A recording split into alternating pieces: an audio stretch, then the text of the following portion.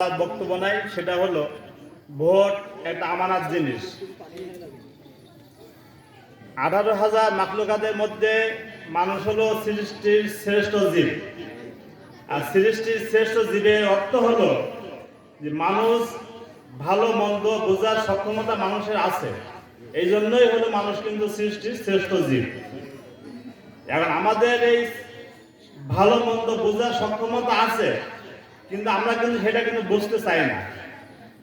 যেমন আমার একটু আগে যে ভাইটা বক্তব্য কোরআন শরীফের সূরা নিসার একটা আয়াতে উদ্ধৃতি দিয়ে বক্তব্য দিয়ে গেছেন, এটাই হলো সত্য যে আমি একজনকে ভোট দিয়ে তাকে ক্ষমতায় মানে আসন গ্রহণ করাবো, তাই সে রাজনৈতিক হোক বা অন্য কোনো ডিপার্টমেন্ট হোক বা যে কোনো বিষয় হোক, এবং আমার এই ভোটের মাধ্যমে উনি ক্ষমতা যে উনি যদি কোনো খারাপ কোনো কিছু করেন, তাহলে কিন্তু ওই যে পাপের অংশীদার ভাগিদার আমি কিন্তু পাবো।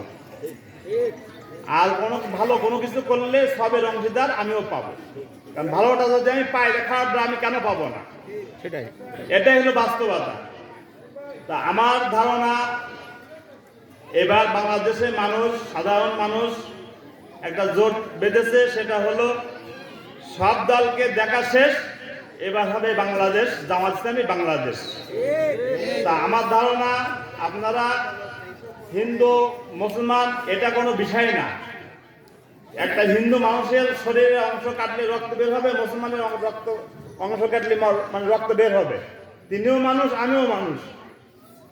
আমাদের ভালোবাসা দিয়ে তাদেরকে জয় করতে হবে, এটা হলো মূল বিষয়।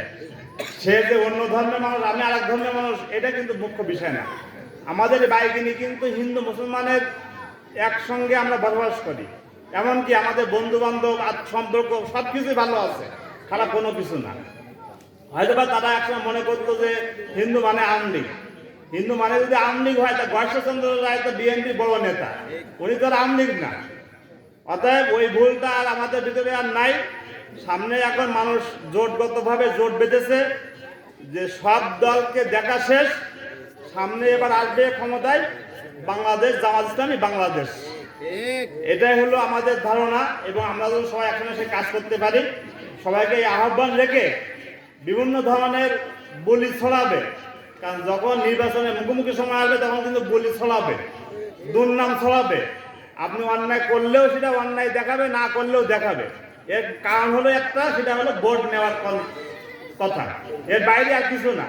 কিন্তু বাংলাদেশ জামাত ইসলামী কিন্তু কখনো কিন্তু মিথ্যা প্রশ্রয় আশ্রয় মিথ্যা কথা বলে ভোট নেওয়ার চিন্তা ভাবনা কিন্তু কখনো কোনো কিছু করে না। কিন্তু যেটা অন্য